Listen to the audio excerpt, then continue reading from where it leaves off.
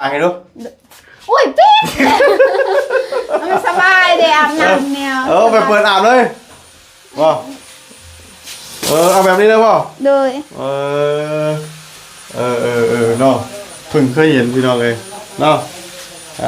ขัดกันเลยเดี๋ยวเราป้องกันเล็กน้อยโดยมันคือหมูนี่นี่เนาะโปรดพิจารณาแห่งเขียนโสดแห่งคนโสดเนาะมาค่อยอ่ะเขียนดูใช้เขียนดูเอามาพี่มาเบิ่งใช้เขียนนี่พี่คือจะเขียนแท้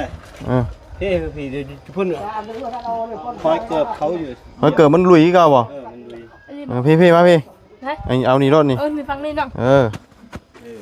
เอาดีๆเนาะสาวโสดเปิดใจเด้อ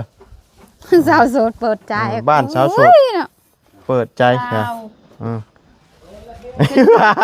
มันบ่วิทย์แล้วบ้านนี่มันเขียนมึง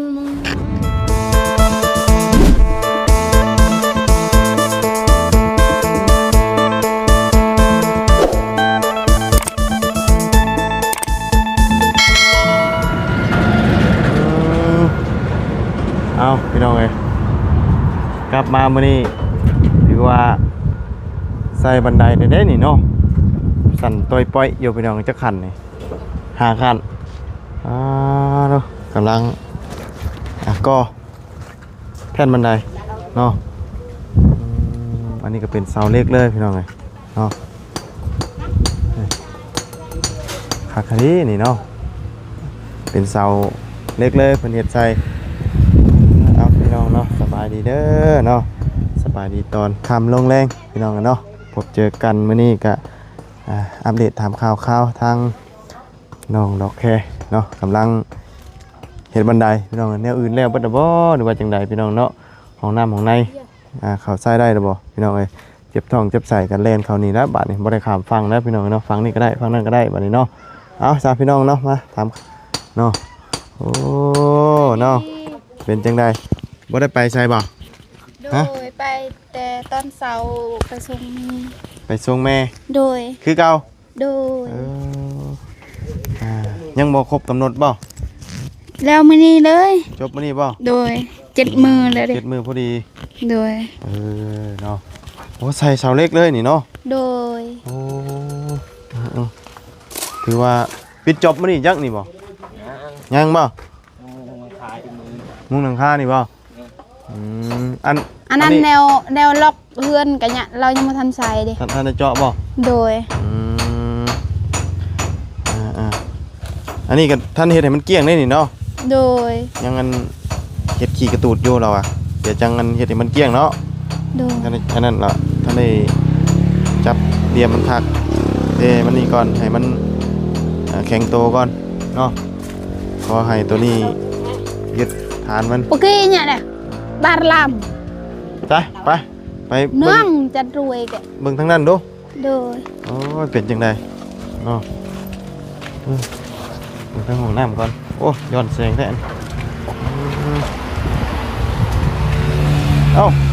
มากันจักคน3บ่3มื้อนี้ยังบ่แล้วบ่ปูอันนี้น้ำบ่นี่โอ้ปูตะกโลน้ำโดยแห้งนะบ่แห้งแล้วแต่ว่ายังบ่แห้งปานใดปูมื้อนี้บ่นี่น่ะโดยแน่เนาะโดยปูมื้อเดียวคือว่ามันน้อยเนาะโอ้โทรบ่ล่ะโดยคือชูงแหละอยากได้ซำนี้เด้คันเอาไว้ตามยันเด็กน้อยคันเอาไว้ซำนี้ไผไปเข้าอันนั้นเด็กน้อยก็ได้บ่เด็กน้อยมักลิ้นเด้กองตัวนั้นก็เด็กน้อยมันลิ้นแบบว่ามันสิหลุดแล้วเอาแบบคำอยากกินน้ำปากให้ดูอุ้ยปิ๊บมันสบายเด้อาบน้ำเนี่ยไปเปิดอาบเลยบ่เอาแบบนี้เลยบ่โดยเนาะเพิ่งเคยเห็นพี่น้องเลยเนาะขัดกันเลยเดี๋ยวเราป้องกันเล็กน้อยโดยมันคือหมูนี่เนาะเห็ดบุกคือหมูเลยพี่น้องเลยน้ำเราท่อไปว่า อยู่สูงสุดเลยเปิด แต่ว่างาม กระคัก ภูมิใจแฮง ยังไม่ได้ใช่เนาะ ยัง เพิ่นยังติดอันนี้บ่แล้วเนาะ โดย มีแต่ว่าเพิ่นทาอันนี้แห้งนี่ก็เพิ่นสิขูดอันนี้ออกนี่ขูดยาเนี้ยออกแล้วก็เฮาก็ทำความสะอาดเนาะ โดย ทำความสะอาดแล้วก็ใส่เลย ดู เนาะโอ้คักแล้วบาดนี้พี่น้องเอ้ยห้องน้ำเนาะถือว่าโอเคแล้วเนาะ โดย สิได้เข้าสะดวกสบายแล้วฝนตกฝนดินก็นั่งจิวอดบอดเนาะ โดยยามหนาวก็อาบอยู่นี่บ่ได้หนาวแล้ว บ่หนาวแล้วนี่ โด เนาะ ย สบายนี่อาบแบบตรงอาบแล้วแบบบ่หนาว โด เนาะ ย น้ำประปาก็มีเลยสบายบ้านนี้นะยังเหลือแต่ต่อไฟมาเนาะ โดย คือว่าแล้วไฟฟ้าท่านได้มา ยัง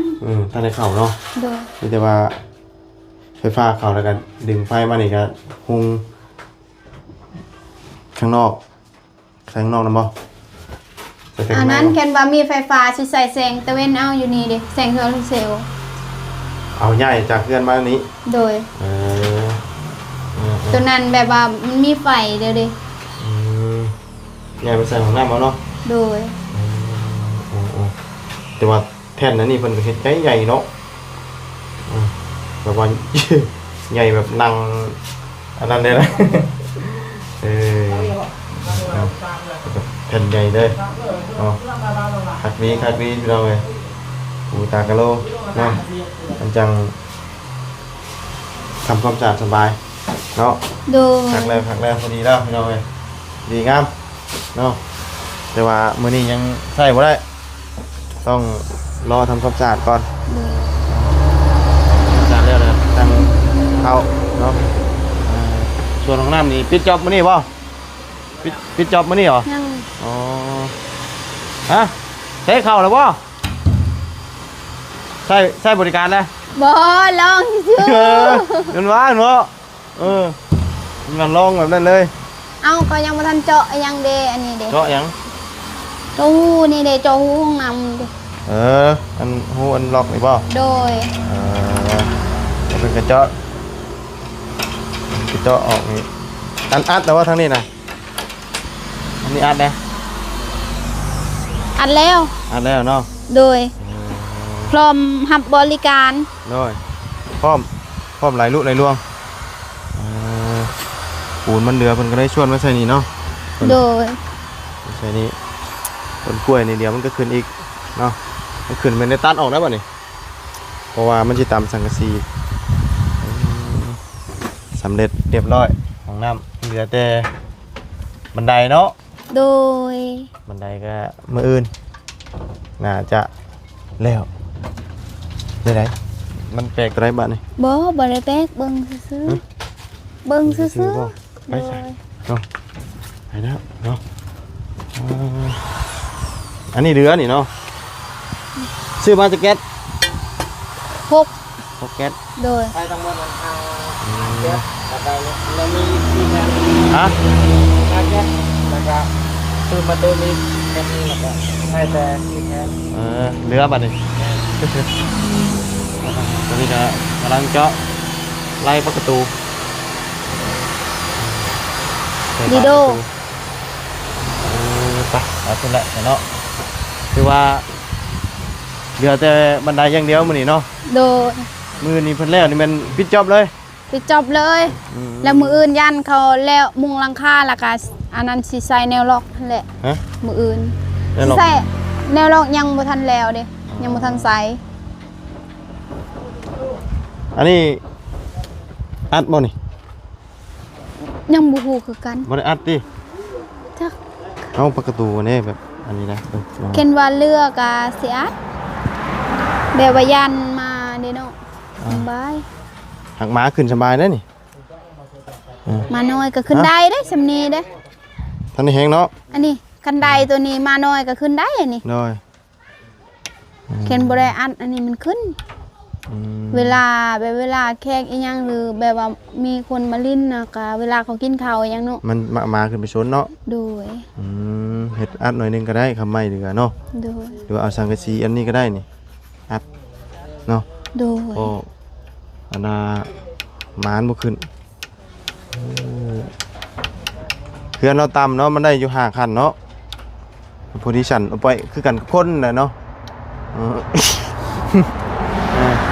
คนกับสั่นๆตะไปที่ว่าเสาเล็กถือว่าทนทานแต่เสาเล็กอย่างดีเลยซ่อมแซมถือว่าโอ้ยสุดยอดแล้วบาทนี้พี่น้องซ่อมแซมสำนี้เลยเนาะคักแล้วบาทนี้ แต่สะอาดว่ากะหาวนอน หาวนอน มันแดดมันโหน หน่อยไม่นี่บ่ได้เหลือติ จักยังบ่ฮู้คือกันดิอ้าย ฮะ ยังบ่ฮู้คือกันว่ามันสิเหลือหรือบ่เบิ่งสร้างเฮ็ดมื้ออื่นนั่นแหละ เพราะว่าใส่ตัวนี้นี่เนาะ โดย ใช่ช่างสีเป็นชื่อมานะ ยังยันมื้ออื่นแบบว่าเขามุงแล้วมื้ออื่นอย่าอ้ายบุญคงยังบ่ทันซื้อมา ก็สิโพงมาวันนี้เนาะ เฮ้ย สายไฟปลดให้เพิ่นหน่อยโอ้ยมืดฝนสิมาแล้วพี่น้องคืมฟ้าคืมฝนมาแล้ว อย่าเผาดึงอ่ะ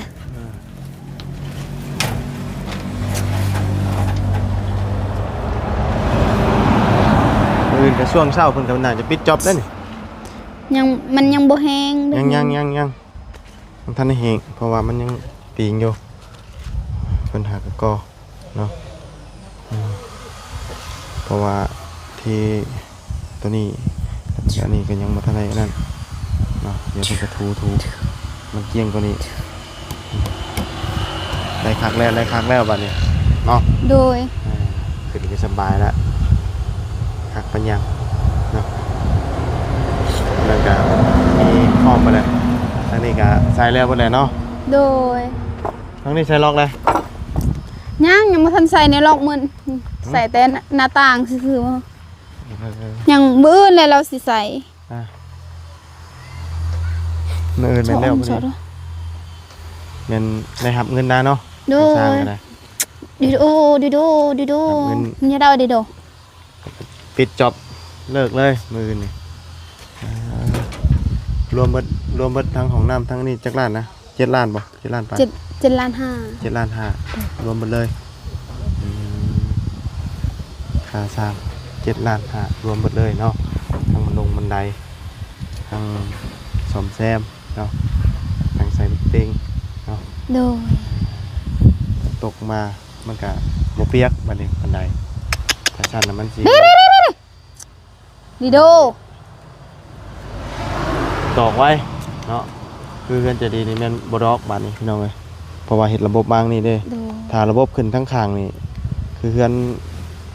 หลายหลังที่ผ่านมาที่ว่าเฮาบ่ได้มุ่งก็อันใดก็อยากดอกไว้เนาะเพราะว่ามันบ่ได้มุ่งเด้พี่น้อง อันนี้แบบว่าไม่บ่ครบบ่หรือว่าสร้างแล้วข้าวเวียก อันนี้บ่ โดย เพิ่นหยุดเนาะเพิ่นหยุดแน่แล้วก็รออันนี้วงกบพอดีมื้อนี้บ่บุญหาก็ซื้อวงกบมาเด้ โดย ก็พอดีเลยเนาะเป็นวงกบมาก็มื้ออื่นเพิ่นมายองต่อเลยเนาะเอามาแล้วพุ่นหากนมาเนาะมาใช้ มาแต่มัน ได้ยัง ได้ยังไปหาป้าบ่ได้ บ่ได้ปลาหาปลาบ่ได้ปลาป้าจ้าบ่ได้ ม่วงเอาป่ะ ฮะ ม่วง ม่วงยังน่ะดิบบ่ แม่ ดิบเอาอยู่พอได้กินส้มแล้ววะ โดดชมนะ ส้มเนื้อหมัก เอาป่ะ เอากินเนาะเอาว่าจะนะ มังนึง นึงป่ะ โดย ซองกับเอาป่ะ บ่เอาแต่มั มังนึ่งกันเลยนะ โดยมังนึง หมักหนึ่งนี้เนาะตรงนี้ว่าหมักหนึ่งเด้ มาบุญเลยใช่ เอาชาม สามมาเลยนะ เข็นสุกก็อย่ากินซองแต่นี่ดิบ มากินส้มคักเลยนี่ ปลาสลามเด้ อุ้ย ไม่ได้ปลาครับ บ่มึง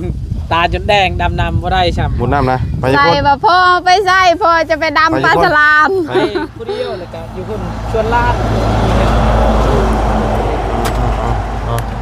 ได้แต่มะม่วง ใส่บ่มะม่วงไปดี สบายดีละ ใส่บ่มะม่วง ท่านได้กินอยู่ ยังไม่ได้กินแต่ว่าส้มเนี่ย ชมนะมันเมื่อมันมะม่วงไงได้นี่ โดย มะม่วงมะม่วง เสาละ ก็เขากินปีกายนี่จักบ่ แม่น แม่นบ่เยือนนั่นน่ะ แม่นเถอะใจ เนาะ แม่นมะม่วงตัวนั้นแหละ เขากินปีแล้วเนาะ โดย เอาไป เขาบ่ได้กินน้ แม่นบ่ ำเขาบ่ได้ไปน้ ไปนำกันเด้ ำบ่ แม่นบ่ไปเด้อเนาะ ไป ต้นเลิกเฮาไปกับ แม่น ไปไปไปบ่ ต้นบะบุญข้ามไปคุณเลยเด้ เออ มีแต่คอยไปเอง เนาะฝนสิตกเลยมื้ออื่นปิดจ็อบเนาะมื้ออื่นเนาะมื้อนี่ แม่นละ ปิดจ็อบมื้ออื่น จบว่ามืออื่นนี่ช้า ใส่จักแผ่นอันนี้น่ะ จักแพน 2แผ่นจักเม็ดบัดนี้ มองไม่เอา แผ่นละ2เม็ดให้มันตกประมาณใดบ่อันยื่นมาทางนี้นะตกมาประมาณไหนพี่บ่ เขียนเลยเด้อนี่เด้อ ปีเท่านั้นบ่วันที่นั้นบ่เขียนแม่มาเขียนแม่ สาวโสดอ่ะบ้านสาวโสด บ้านสาวโสดได้โปรดพิจารณา แห่งเขียนโสดแห่งคนโสดเนาะมาข่อยอ่ะ เขียนด้วยใช้เขียนด้วยเอามาพี่มาเบิ่งใช้เขียนนี่ พี่คือจะเชียนแท้พี่คือพี่เดี๋ยวจะพูดคอยเกือบเขาอยู่ มันเกิดมันลุยก็บ่ มันลุย พี่มาพี่เอานี่รถนี่ มีฟังนี่เนาะ เอาดีๆเนาะสาวโสดเปิดใจเด้อ สาวโสดเปิดใจ บ้านสาวโสดเปิดใจค่ะมันบ่วิดแล้วบ้านนี่ มันเขียนมงอื่นก็ได้ เขียน นี่เขียนมงนี่นะ นี่เขียนไปพักนี่ไล่มานี่ เขี เขี ย ย น นพี่ก่อนไหมนี่ ใส่ กัดอึ ได้บ่บ้านเนาะบ้านสาวโสด มันงาม รอหนุ่มโสด นี่นะเขียนมงนี่จะงามเนาะ บอกเลยรอหนุ่มโสดมาครอบครองครับเขียนโน่นนะแม่นบ่งงเลย เปิดใจบ่เปิดใจผู้ว่าโสดมาบ่ ยัง ฮะ ยังไม่อยากเปิด ว่าอยากกินต้มไก่ต้มหยังน่ะก็เอาเด้ ยังไม่อยาก เอาเนาะพวมยังนะ ยังแข็งแหงอยู่ เกี่ยวยังกับแข็งแฮง มันหมดแหงแล้วอยากได้อยู่แต่นี่ยังมีแหงอยู่เด้ เอา ยังเห็นเวียกได้ เฮ็ดเวียกบ่ได้น่ะมาเอาผัวมันก็บ่ไหวแล้วผัวแล้วบ่ไหวเนาะเนาะใช่ นางย่าง ย่างหลังค่อมบัดผัวเฮ็ดผู้เดียวบัดนี้เนาะ โดย เอ้ากับผัวเฮ็ดผู้เดียวแล้วเฮ็ดเวียกเฮ็ดงานตายเด้อเจ้า ฮะยังบ่ทันตาย เอ้าของเนี่ยว่าเท่าเฮ็ดเวียกบ่ได้นั่นจังเอาผัวแบบจังมีผัวบัดผัวได้เฮ็ดเวียกเฮ็ดงานผู้เดียวเนาะสู้บ่ได้แล้ว นะเบ้าว่าผมเฮางามสีดำหรืองามสีทอง ดำมันเนี้ยธรรมชาติกับสีดำเหรอวะธรรมชาตินะสีทองนะมันเป็นสีธรรมชาติสีย่อม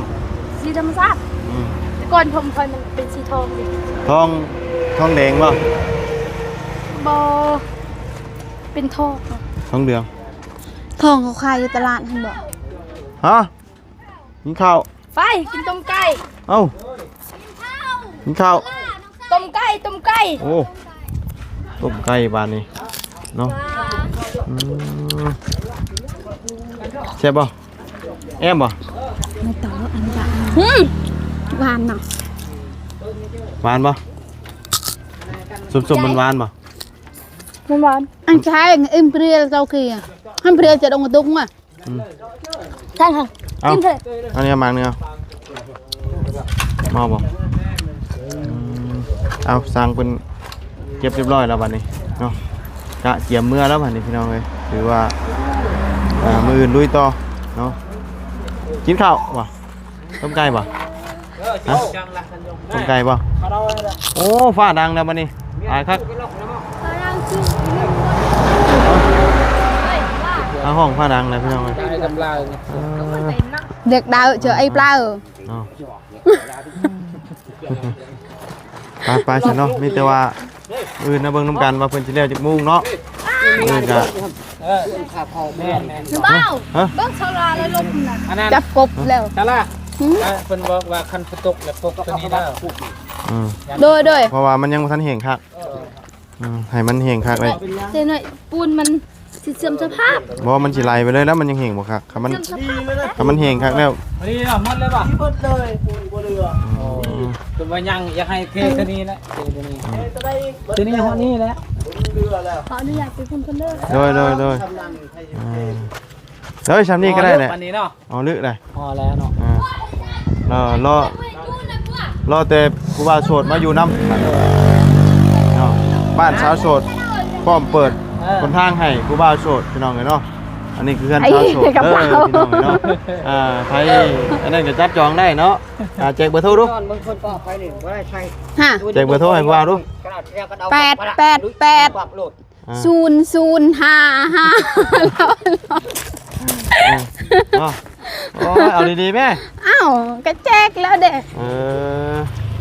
เนาะ บ่บุญ เออ แจกอยู่ที่เบอร์กับบ่ได้ บ่ได้ คัน บ่ เขาอยากได้เขาก็โทรอะโลอยู่ใส่แจกเบอร์มาให้แน่สิส่งให้โหลด เอาเพิ่นสิโทรได้เนาะเพิ่นหมู่จัก นั่นแหละ เพิ่นต้องฮู้ เอ้า จักนะ ก็คือกันนั่นแหละไปแจกเบอร์ให้เขาบ่ฮู้จักได้แหละ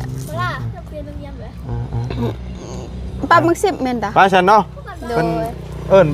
ไปกินต้มไก่แล้วไปเบิ่งน้ำเพิ่นก่อนเนาะจังว่าไก่ตัวใหญ่ดีจัง ไปฉัน สวัสดีเด้อ ได้หม่วง3หน่วยแล้วพี่น้องเอ้ยเนาะให้มีถุงยางบ่ ขอบคุณนะว่า ฮะ ถุงยาง หวานบ่หวานบ่มา อันนึงเด้อหาทุกอย่างให้ อย่าละ ลำก็จะเมื่อยเด้ อืมไปฉันเนาะจังไดก็มื้ออื่นน่าจะแล้วเพิ่นว่าปิดจ็อบแม่นเบิดบาทนี่ห้องน้ำห้องในก็ปูตากะโลเรียบร้อยแล้วเนาะมีแต่คัดทำความสะอาดแล้วแม่นเข้าได้เลยโอ้ปีกหมาเนาะบ่ได้เห็นฮอดอันนั้นเด้นี่มันเหยียบอ่ะกระดูกก็ยังบ่เห็นนะฮะ จะมุ่งมาบ่บุญ มาฮอด นี่ 2 โมงอย่าหรอกได้แล้วนี่ถือไปนี่ก็ได้เนาะฮะเหลือบ่นี่กะเหลือเหลือกะเก็บไว้ วันนี้แหละมืออื่นกับไผ่พาอีก ไผมามื้ออื่นบ่ เขาจะดึงมืออื่นนี่แหละ เออ เพราะว่ามื้อนี้แต่ว่าบ่ทันบ่มีรถนะรถจักรแกบ่ได้มีแต่รถใหญ่ แกหยัง แกชายไผ่นะ แกสาย ไผ่ มา เป็นกอด้วย โอ้ แต่ว่ารถจักรแกบ่ได้2กอบ่ประมาณนั้นแหละ เข้าพร้อมกันได้บ่กับพุ่น โดยนั่นแหละ